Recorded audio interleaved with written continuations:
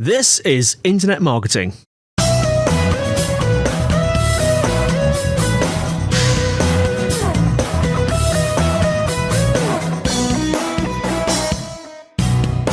Brought to you by SiteVisibility at SiteVisibility.com.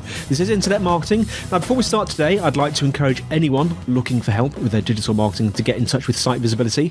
Whether you have a burning digital marketing question or you're looking for an agency to work with, they'd love to hear from you. Give them a call, +44 1273 733 433, or fill out the form at sitevisibility.co.uk/contact.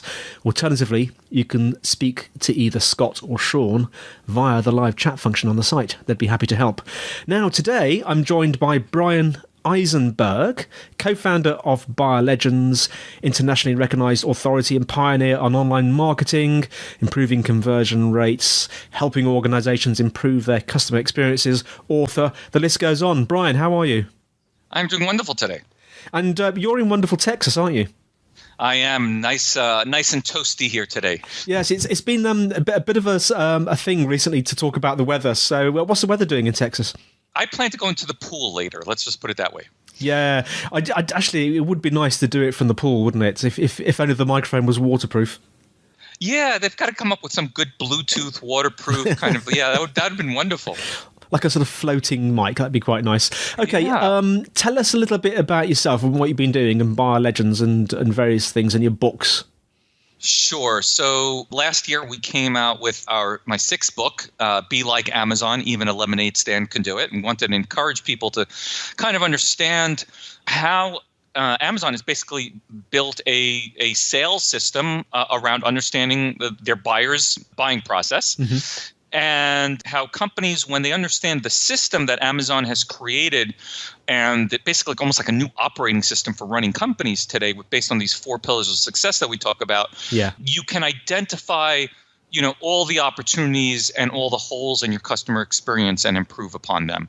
And the book has won a couple of awards, and it's been nice and successful. And we're still doing a little consulting and a little speaking. Right now I'm looking forward to my summer vacation here and spending it with family. So fantastic. And tell us a bit about Buyer Legends. Sure. So what we do is we go in there and we help, our clients design or improve their selling systems. We've worked with everything from companies like Google, where, actually part of our Buyer Legends process has actually got started with them. It's a refinement of our process, down to companies that sell pig sperm online. So, yes, people do sell pig sperm online. You heard that correctly. Wow. But yeah, we've worked with companies like GE and NBC Universal and Overstock and, all kinds of companies, Marketo. And it's all about, aligning that customer experience so that, your sales, your operations, and your marketing all align to help the customer buy. Now, I was reading one of your blog posts. I think it was entitled something along the lines of What to Believe About SEO in 2018 and Beyond, which I think, if I'm not mistaken, you wrote back in December, didn't you? Just before the new year started. Correct. And it got me thinking about it, because you predicted quite a few. Well, you predicted a few things in there, and I know that way back in 2011, I think it was, you were speaking to Dr. Ralph Wilson, and you sort of.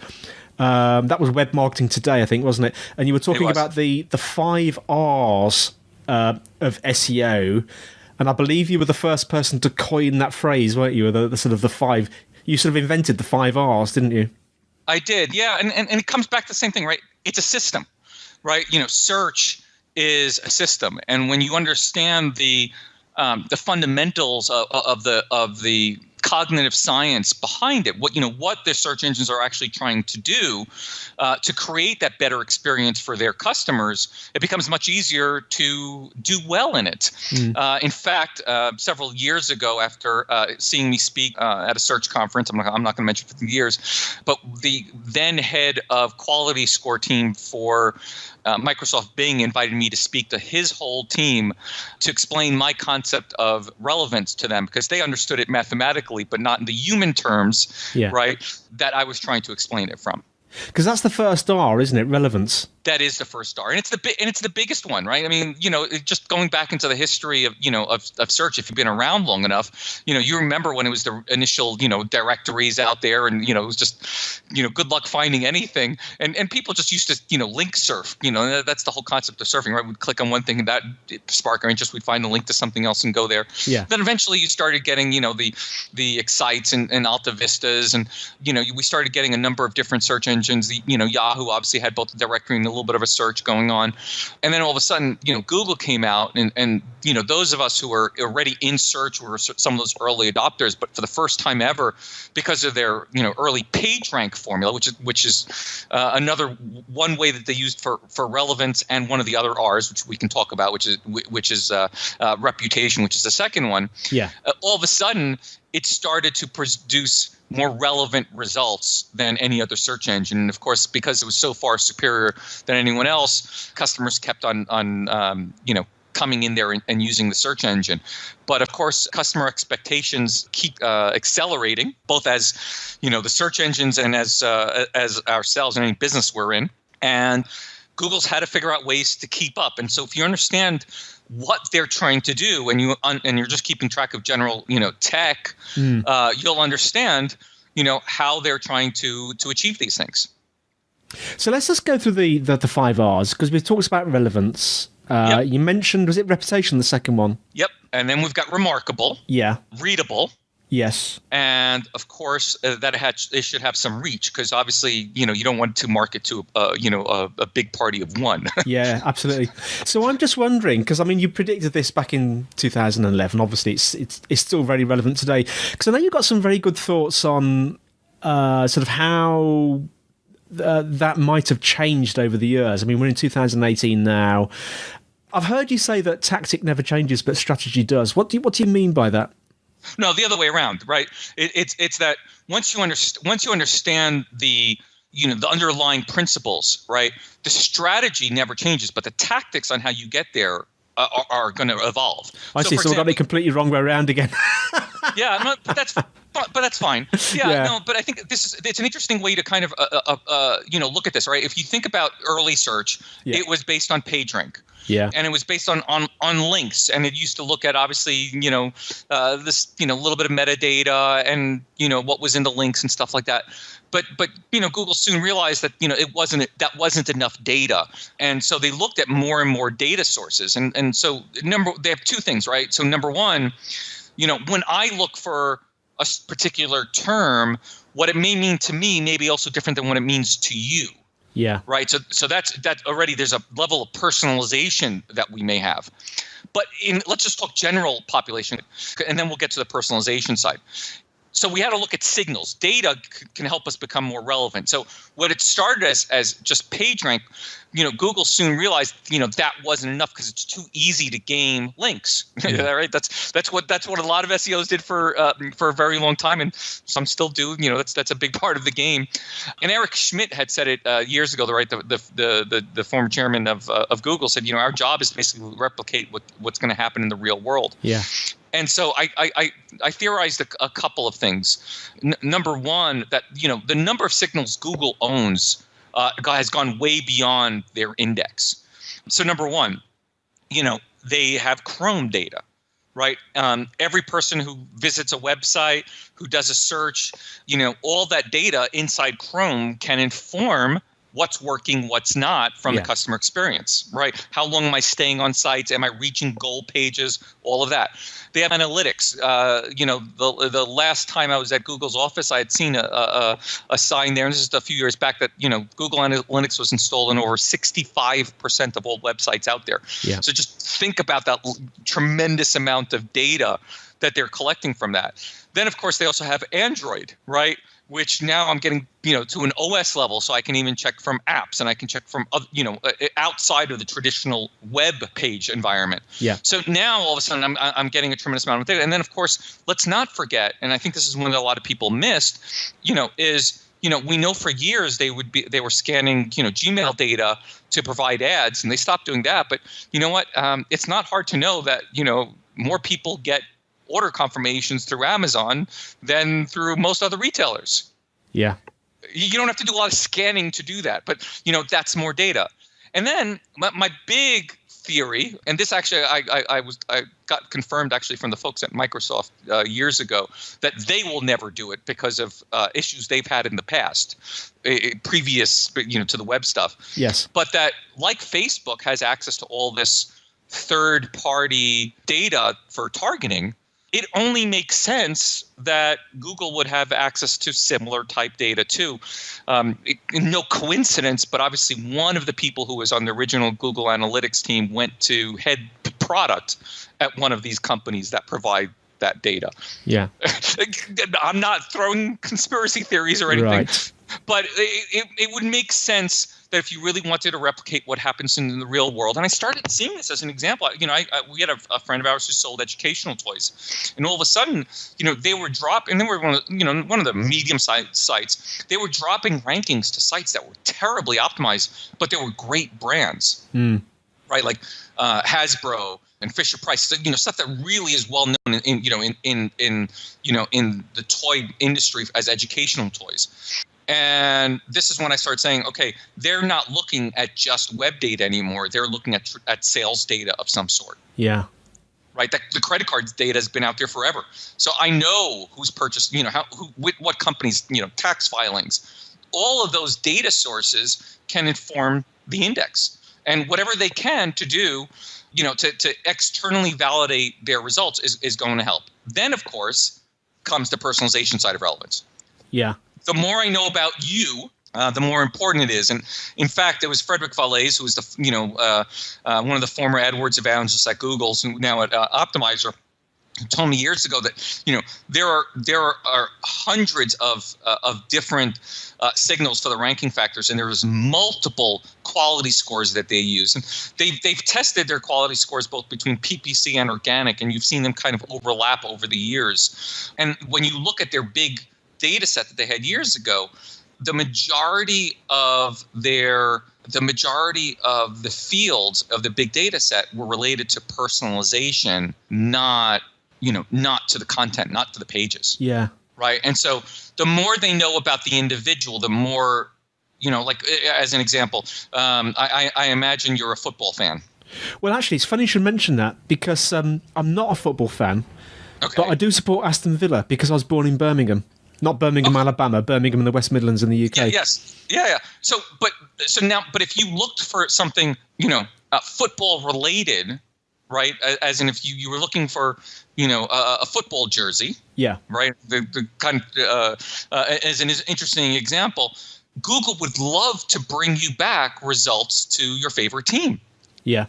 Without you having even to mention it, because they would have already known that from previous searches, because that's part of your personalization records. Yes. Right.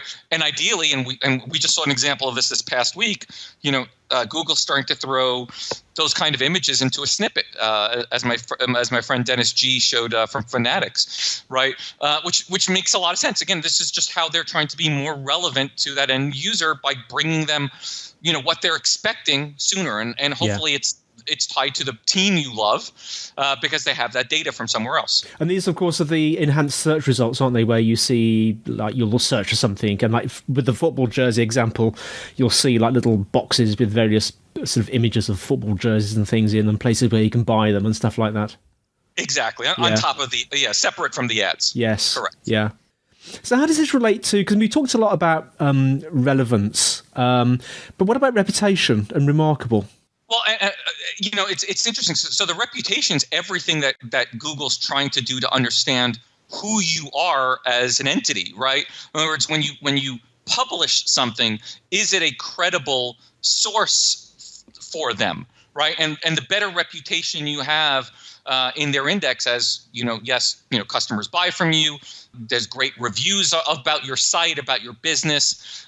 There's more sales coming from your business than others. The more it's going to push you to the top of the index, because it believes that you're more likely going to be the solution that people are looking for. They want to help people solve their problems. That's their number one objective. Yeah. Right. The more they help, their customers, which are the searchers, find the answers and solve their problems, the better job they're doing. And so they're going to do everything they can to understand that reputation. Again, lots of signals to do that today. Now, the third R, no, it's actually the fourth R, which is Readable, to me, talks more about content. Would that be right? Correct. And content today is also changing, right? Because, I think, you can remember back in the days when, Google, like you really could stuff, alt tags and images, and you can play around with CSS. And now that, they can go through all of that, but they're going way beyond that today, right? Today, with what they're able to do with artificial intelligence, they're able to take a look at pictures and classify them and use computer image recognition to really get a sense of it. And they're starting to do that in video as well.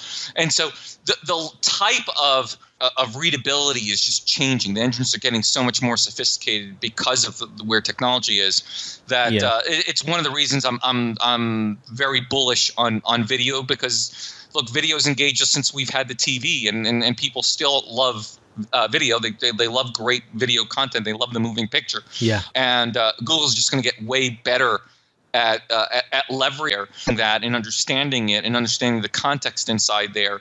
And now they're still having to do manual things, like where they're basically getting the transcript and using those but I think that, like I said, it'll start understanding the visuals in there. It'll start doing all kinds of different things that will change the way we see results. Now, reach is an interesting one. That's the fifth R. I must admit, I do come across a lot of people that get slightly confused by exactly what reach is. How has it sort of evolved, would you say, over the last few years?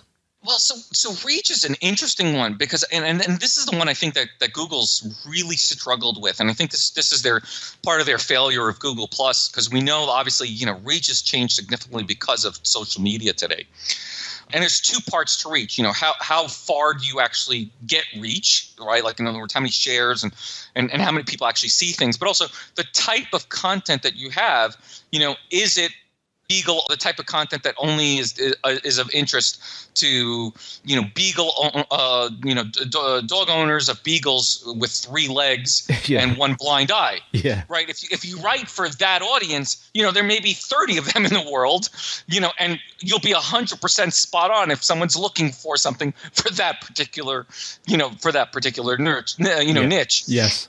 And of course, this is what those scammy SEOs like to do, where they'll tell you, well, we'll rank you number 1 for a keyword. They pick something as obscure for that, but no one's ever going to look for it, right?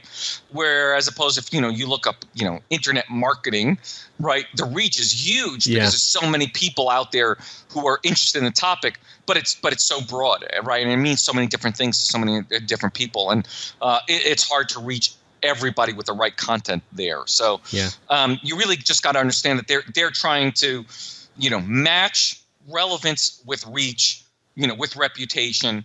And of course, that final R, which is the remarkable one, which is really where we're seeing the big differentiator today.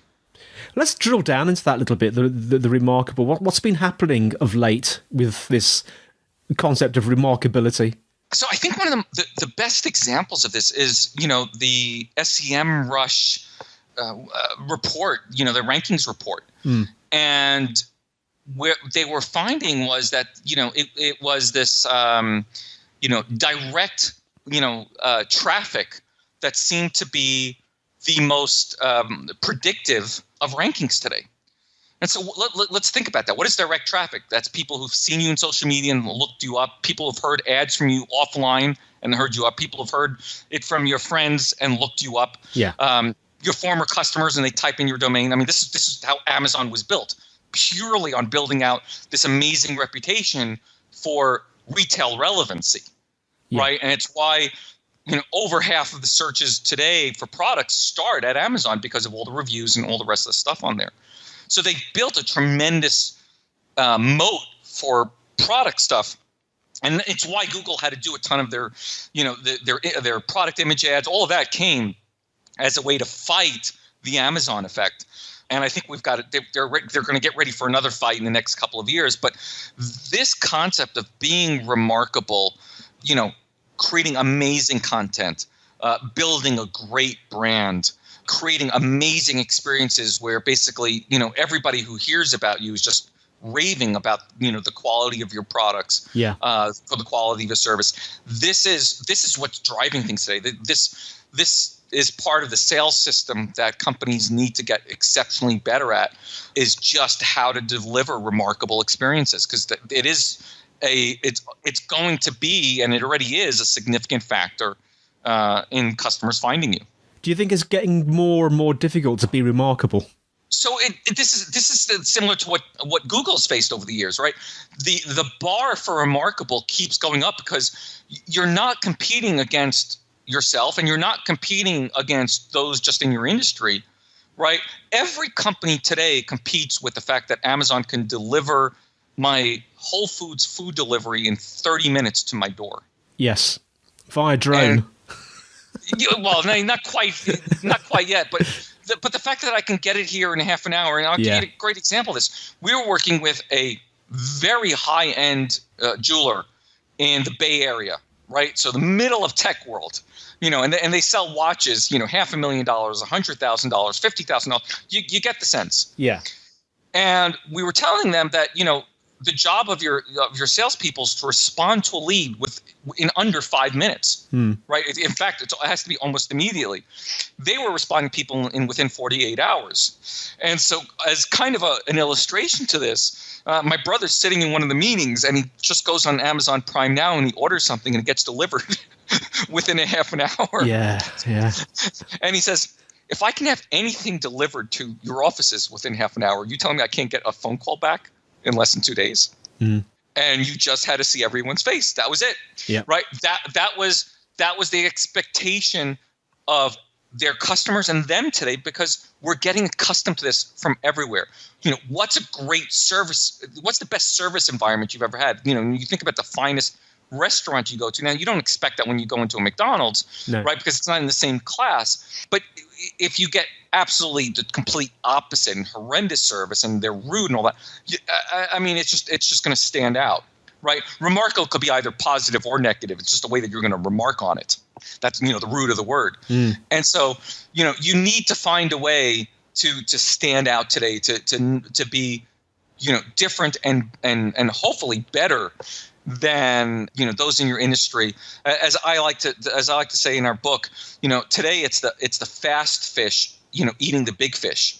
You don't necessarily need to be the biggest company in the world, but if you can find a way to be faster and more remarkable, people will start talking to you. And then this is why we've seen the Ubers climb the way they have, and the Warby Parkers and the Airbnb, because they're better and faster than the alternatives, right? Tesla, another great example. Tesla, yeah. Fantastic example. Now, I wanted to just touch on mobile versus desktop, because I know you've got a few thoughts on that, haven't you? Especially in reference to the 5 Rs and how they might differ a bit. Absolutely. The experience on mobile, is completely different than the desktop. I think it's an obvious analogy for most people. I like to explain that, when we're sitting at a desktop, or even a laptop, it's kind of like sitting down for a meal. We have time to prepare and do a little research and copy and paste and do all that. But when we're doing something on a mobile device, we're really snacking on the go, right? We really need to have bite-sized pieces. And so the original solution was, okay, let's render our pages a little lighter than they were on desktop, but that's not really the right experience. It's like me telling you, okay, I'm going to take your 6-course meal. Okay, let's take the steak and the potatoes and just and give the you salad. a sandwich. Forget a sandwich. We're just going to put it all in the blender. Okay, and you're going to drink it as a smoothie. Ooh, pizza smoothie. Okay? Yeah. Yes, you could do that, but it's not really the most appetizing way to have it. And that's really what we were seeing in the last couple of years with mobile experiences. And think about it. For the most part, 10 years into the year of mobile, right, since the release of the iPhone, and mobile experiences still suck. And part of it is because, I believe, is because of the way that Google has treated it in a lot of ways. And I think them coming out now with a mobile first experience and understanding that we really need two different experiences. What people expect on mobile and what we can do on mobile versus what we can do on a full desktop environment. Yeah. You wouldn't expect the same foods from a snack cart vendor as you would from a sit-down restaurant, right? And it's not just a pared-down version of it. And so I think now we'll start seeing significantly better and very different experiences than what we've seen before. I think it's going to change the way people can buy things, the way we can research things. Yeah. I think this is going to be a very positive thing for us. And I think there'll have to be a number of new tools out there to basically piece together the snacking to complete a meal, right? In other words, right now it still feels very discrete. I go to one website to get a little piece of data here, and then it's kind of lost. How does my browser, or let me give you a different way, my intelligent agent, yes, okay, my personal AI collect all these tidbits for me so that when I'm ready to sit down for my meal, it's all presented in front of me. Yes. Yeah. Okay. And I, we haven't gotten there yet. Like the closest we're seeing is, the series, and, this is it. We're starting to see a little bit with Amazon's, I don't want to say too loud because she'll turn on, with Alexa. Yeah. And them releasing some new skills where you can start developing some of your own, that these agents are going to start working for you. And that's going to change the way we interface with everything going forward. Well, I was going to ask about that because I've seen people search. I think I've seen people in the street holding their phones up to their mouths and doing voice searches. Where do you see voice search going? Well, I think voice is going to be a completely different thing, because at the end of the day, I think we're close to the same age. I haven't quite hit 50, but I'm getting there. Yeah. We're approximately the same age. Yeah, I'm starting to feel it in my fingers when I'm working on the phone. A little bit of that arthritis, and my eyes are starting to do it. It's not as comfortable to work on a mobile environment. And voice is certainly doing a lot more. And I think, I always like to tell people, our job is to keep ahead of our customers, not ahead of our competitors.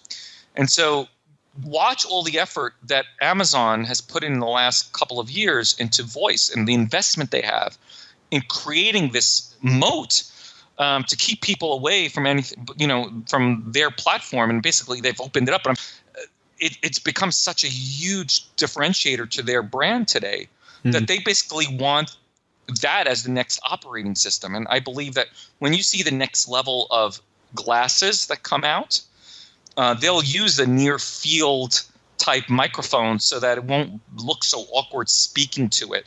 The bone conduction that they can use with voice and all of that. So I think we're going to start seeing a whole different level of interaction with these agents. And like I said, when I can tell the agent, look, I'm trying to plan a vacation for the family. We want to be gone, 5 days. And, so-and-so likes to do this, and, so-and-so likes to do this, and so-and-so likes to do this. And we like to keep it under a budget of Y, that my agent will go out there, right? And this will all be the artificial intelligence agents will all go out there and basically do all those searches for me. Top one. Yep.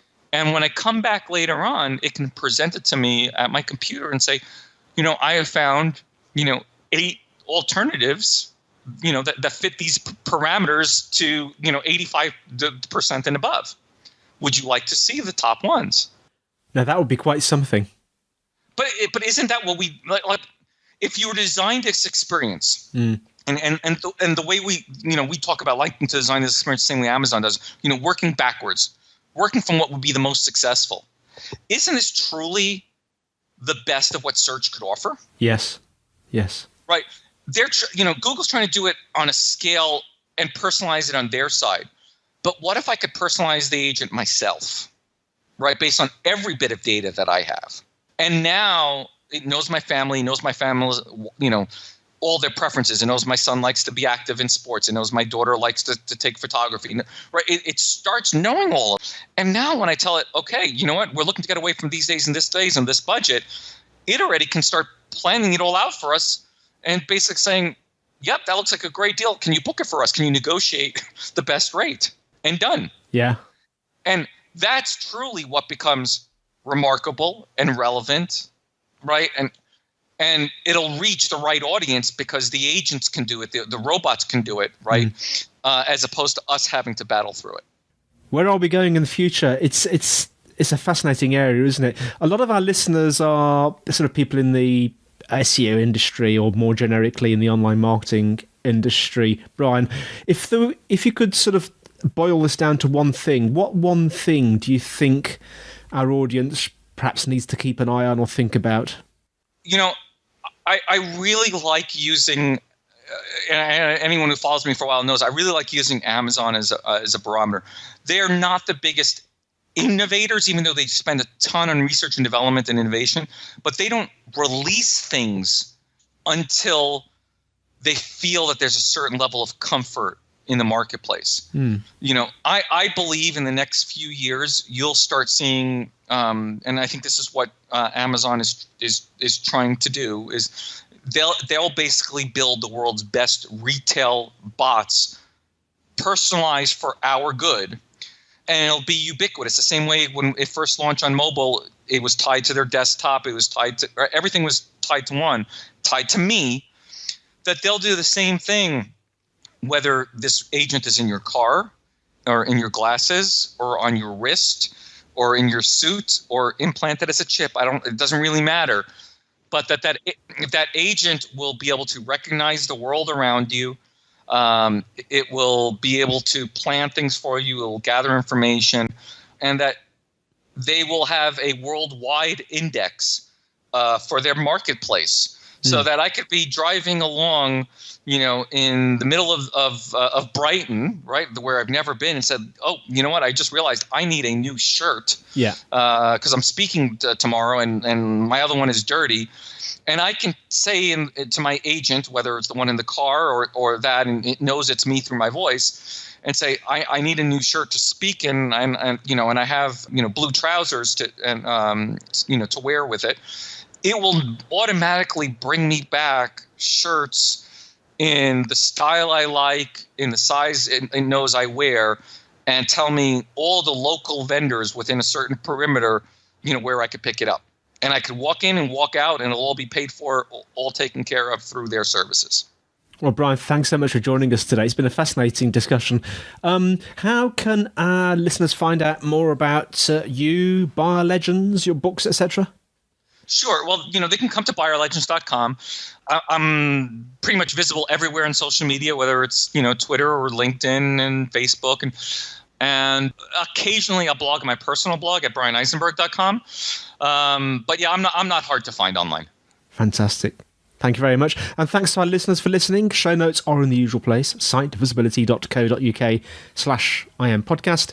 If you're enjoying the show, please leave a review. That would be great. Questions and suggestions to podcast@sitevisibility.co.uk. You can tweet Site Visibility. We have a LinkedIn group, Site Visibility LinkedIn group. That's all from me, Andy, and it's all from Bryan. Thank you so much. Thanks, Bryan, and we'll see you next time on Internet Marketing.